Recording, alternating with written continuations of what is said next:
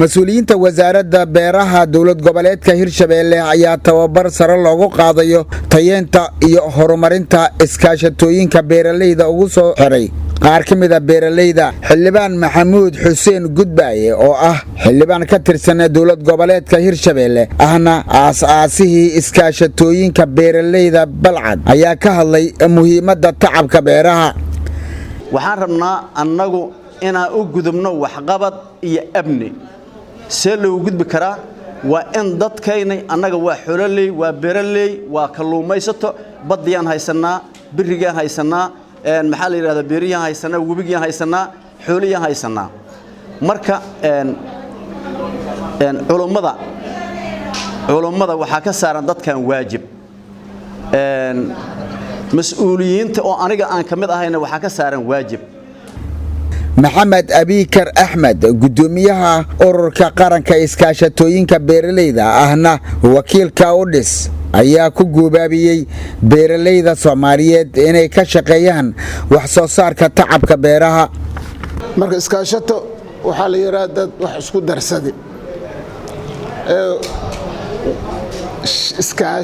wax isku darsadeen maamul leh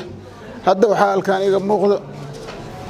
xeer hoosaad la soo diyaariyay hay'adan khayr Allah si ay soo diyaarisay xeer hoosaadkan hadii ay akhrisaan waxa ku yaal wax walba maamul ah iskaashato lagu maamuli lahaa.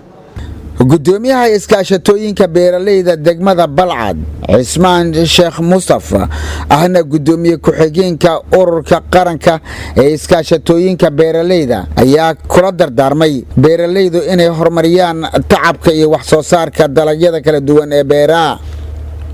waxaan ugu baaqaynaa 34 iskaashato ee maanta la bahoobeen 40 iskaashato 38 ku naqatay inay u baahan yihiin waxqabad sidaas la mid in loo qabto wixii loo qabtay 40 iskaashato inta aan hal mid ka ahayn maxaa yeelay 34 iskaashato shahaadooyin ay haystaan waa sharciyeysan yihiin way dadaaleen ninka haduu fadhiga ka kacana waa in garabka laga sii qabtaa si uu hor ugu sii socdo. wasiirka wasaaradda beeraha iyo waraabka ee dawlad goboleedka Hirshabeelle Cali Cabdulla Isgowe ayaa sheegay in wasaaraddu ay wado dadaalo ay ku dhiirigelinayso beeralayda Soomaaliyeed.